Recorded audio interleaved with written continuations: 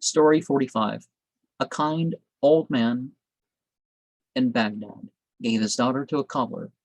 The cruel little man so bit her that blood flowed from the daughter's lips. Next morning the father saw her thus, and going to the bridegroom asked him, O mean wretch, what teeth are these? Chewest thou thus her lips? They are not leather.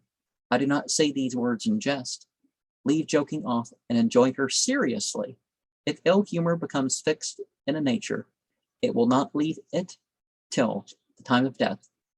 Now, it's not that, you know, kink or whatever is not involved. You just got to be careful of the safety of others, right? Careful of the safety of others, not just, you know, and pay attention, right? Pay attention to what you're doing, because that could have very well been the thing if that was a real story that was being referred to.